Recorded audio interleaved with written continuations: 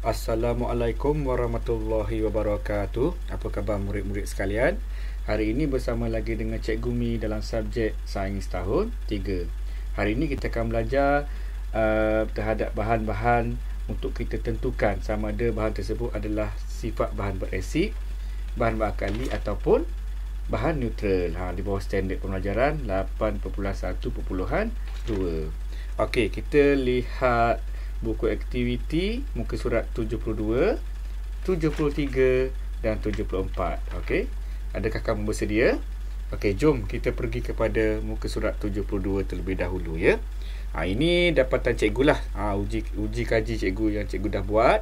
Dan cikgu dapat keputusan. Mungkin kamu buat uji kaji, mungkin keputusan kamu lain. Biasalah kalau kita buat amali ataupun eksperimen ataupun uji kaji, biasanya jawapan tu berbeza. Tapi tak apa, kita pergi dulu. Ini hanya dapatan cikgu ya. Okey, jom kita baca sama-sama. Sifat bahan berasid. Lakukan 3 ujian terhadap bahan berikut untuk menentukan sifat bahan berasid. Catatkan keputusan dalam jadual di bawah. Cikgu harap kamu dah buat, kamu dah uji kaji, kamu dah baca dan kita lihat hasilnya. Adakah hasil yang kamu buat tu sama dengan cikgu ataupun tidak Okey, untuk ujian pertama ni dia menggunakan kertas litmus merah dan biru. Untuk ujian kedua, kita buat ujian melalui diri rasa lah, menggunakan lidah. Yang ketiga, kita guna sentuhan Okey, jom kita lihat jus asam jawa. Kita lihat satu persatu. Siapa boleh jawab? Ya, kalau jus asam jawa ni, kalau kita gunakan kertas litmus, apa? Ya, kekal merah Okey. Manakala biru menjadi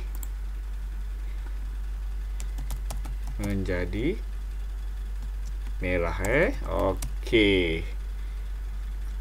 Tak boleh cikgu kecil sikit tulisan, tak apalah. Kamu boleh sekejap cikgu kecilkan tulisan. Okey, cikgu kecilkan tulisan biar dimuat dalam kotak ni. Kekal merah. Okey, yang biru tadi menjadi merah Okey, ini kamu dah belajar kan? Okey, kalau ujian 2 ni rasa, dia rasa apa? Ya, rasa masam. Okey, kalau sentuhan rasa licin lah air jusan Jawa ni. Okey, yang kedua air teh. Bahan air teh merah. Walau kita dah uji pun merah kekal merah lah. Untuk kertas litmus ni menjadi merah juga. Okey, ujian kalau kita guna rasa, dirasa pakai lidah, kelat. Kadang-kadang air teh memang cikgu rasa kadang-kadang kelat dan kadang-kadang manis. Okey, sentuhan rasa biasa-biasa je lah, rasa saja Okey, kicap. Kalau kicap macam mana? Okey, sama je sebenarnya. Dari resultnya sama je kalau ikutkan. Dia punya, kalau kertas litmus ni memang dia punya penunjuk dia memang tepat lah. Kekal merah. Ini menjadi biru, menjadi merah. Okey, ujian 2. Rasa masin. Kicap ada masin macam kicap kipas udang tu ada masin dan ada manis. Okey, ujian 3. Rasa cikgu rasa licin lah. Kalau cikgu rasa di hujung jari, cikgu sentuh dia di hujung jari memang licin Okey, manakala sifat umum bahan berasid. Ni sifat umum secara teorinya. Dah jelas memang biru kepada merah lah. Okey, bawah sikit.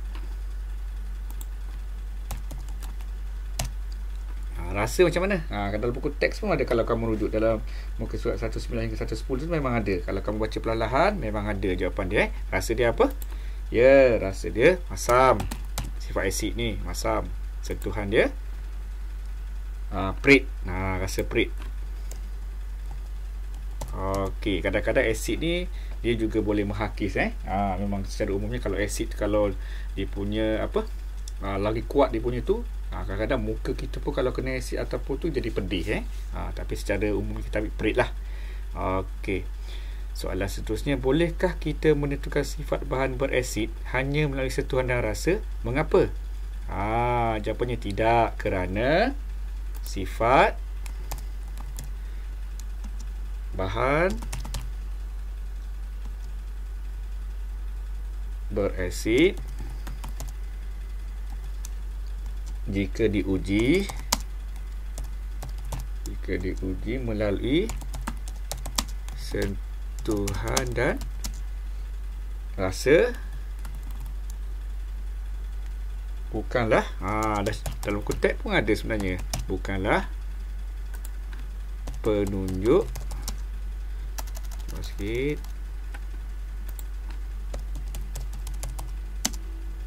yang tepat. Okey, bukan penunjuk saintifik. Okey, saintifik yang tepat.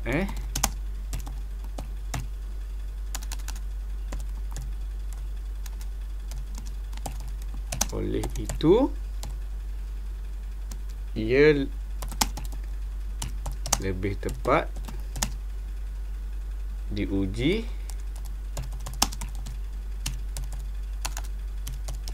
menggunakan apa? Menggunakan kertas litmus. Okey, litmus. Dah ada titik tu, tak payahlah. Kita litmus. Okey, seterusnya kita pergi kepada muka surat 73. Sifat bahan berakali. Okey, jom. Ni cikgu tak payah bacalah. Kalau kamu dah buat uji kaji pun, kamu dah dapat keputusan. Okey, ini keputusan cikgu yang cikgu dah buat uji kaji. Okey, kita lihat. Untuk larutan kapur sirih merah menjadi biru. Ini kekal biru, birulah. Tak berubah. Kekal biru. Manakala ujian 2 melalui lidah, kita rasa apa larutan kapur sirih ni? Pahit. Pahit. Okey, manakala kalau kita guna sentuhan, licin. Okey, ini pun sama sebenarnya, menjadi biru. Pun rasa pahit. Jus sawi pahit juga. Licin. Betul, cikgu dah try. Jus pucuk betik pun, ni cikgu lupa, kekal biru. Okey, jus pucuk betik pun kalau merah menjadi biru juga. Kalau guna kotak limes, kekal biru. Okey, sama juga, cikgu dah rasa memang pahit lah. Okey, melalui sentuhan di ujung jari memang licin. Ni cikgu sentuh. Okey, manakala sifat umum bahan berakali, sifat umum. Secara teorinya, sifat umum yang kita ketahui memang kotak limes merah kepada biru. Okey, rasa dia apa tadi? Siapa tahu? Ya, pahit lah. Rasa bahan berakali pahit. Okey, sentuhan licin. Dalam buku teks pun ada. Okey, soalan, bolehkah kita menentukan sifat bahan berakali hanya melalui sentuhan dan rasa? Mengapa? Dia jawapan lebih kurang yang bahan berasid tadi lah. Tidak, kerana sifat bahan berakali jika diuji melalui sentuhan dan rasa, bukanlah penunjuk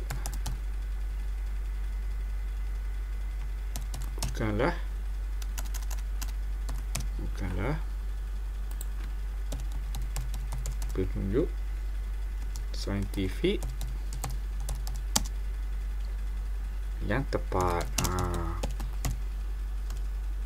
Oleh itu,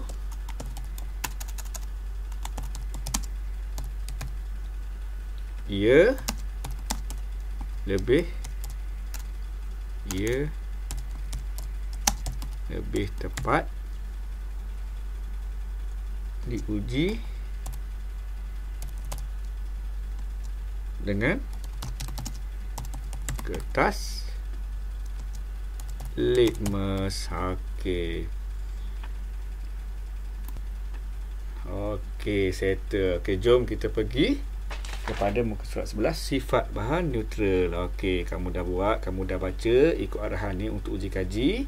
Okey, selepas tu dapat keputusan. Untuk larutan garam ni, apa dia? Larutan neutral, tiada perubahan kesemuanya. Sebenarnya kalau merah, kekal merah lah. Kalau biru, kekal biru, tiada perubahan.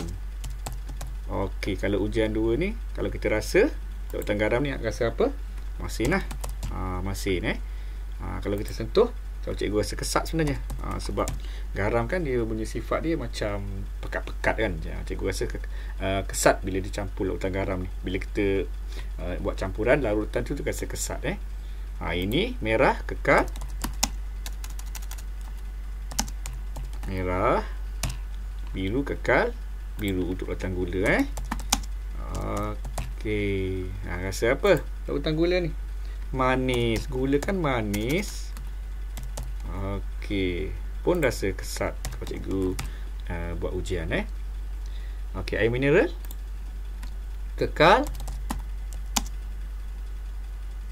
merah juga. Ini pun kekal biru. Pandai. Okey, air mineral rasa apa? Tawar. Tak ada rasa apa-apa sebenarnya. Rasa, kalau cikgu rasa biasalah. Air ni kalau cikgu sentuh hujung jari. Okey, kalau untuk kat sini sebenarnya, kalau untuk ujian 3 ni melalui sentuhan ni, sebenarnya kadang-kadang larutan garam tu kalau kamu letak garam banyak, itu yang menjadikan dia kadang-kadang berubah menjadi kadang-kadang biasa, licin. Itu bergantung kepada uji kaji kamu. Ini uji kaji cikgu. Mungkin kat sini kamu rasa lautan gula tu licin apabila kamu letak gula tu sedikit ke dalam air bila kamu larutkan. Kalau kamu letak pekat, itu kadang-kadang rasanya macam agak kesat. Itu pendapat cikgu lah. Okey, ini sifat umum bahan neutral. Okey, perubahan warna kertas litmus, apa dia? Siapa boleh bagi tahu? Ya, kalau ikutkan tidak berlaku perubahan warna. Ni mana? Kalau kita tengok kat sini tiada perubahan kalau sifat neutral ni. Okey, untuk rasa, siapa boleh jawab untuk rasa? Ya, rasa ada 3 rasa yang biasanya. Manis.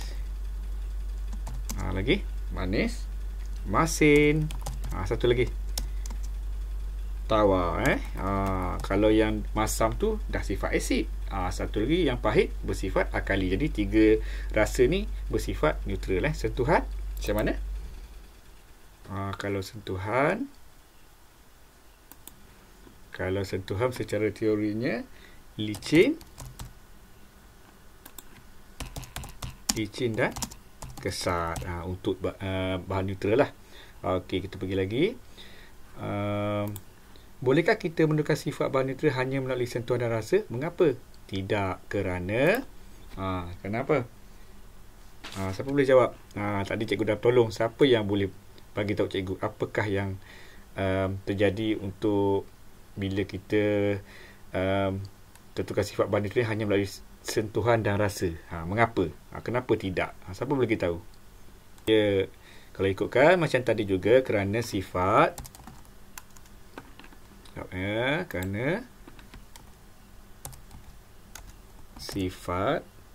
bahan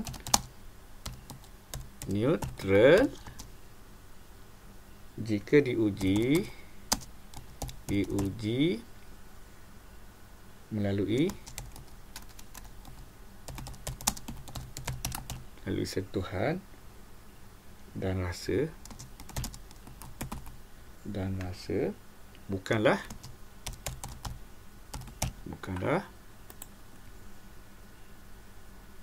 penunjuk saintifik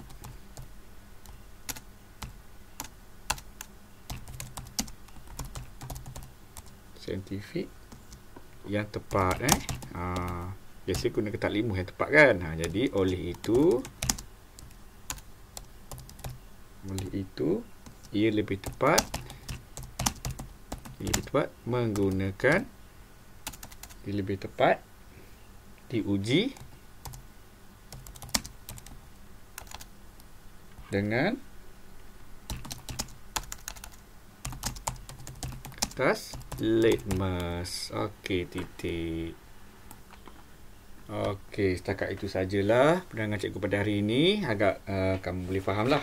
Sebenarnya kalau kita buat amal ini biasa keputusan berbeza, bergantung. Tapi tak mengapa, kamu boleh cuba dan cikgu bantulah sikit-sikit macam mana kita dapat keputusan daripada uji kaji tersebut.